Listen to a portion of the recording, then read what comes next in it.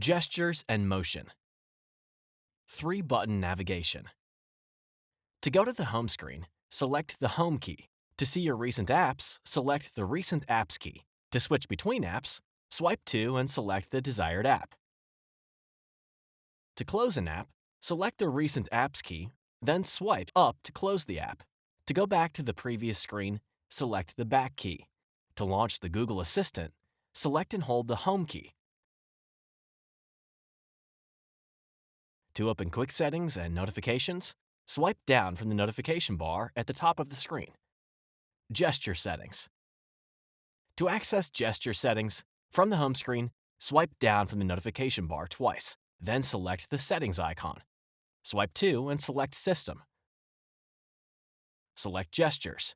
To switch to Gesture Navigation, select System Navigation, then select Gesture Navigation.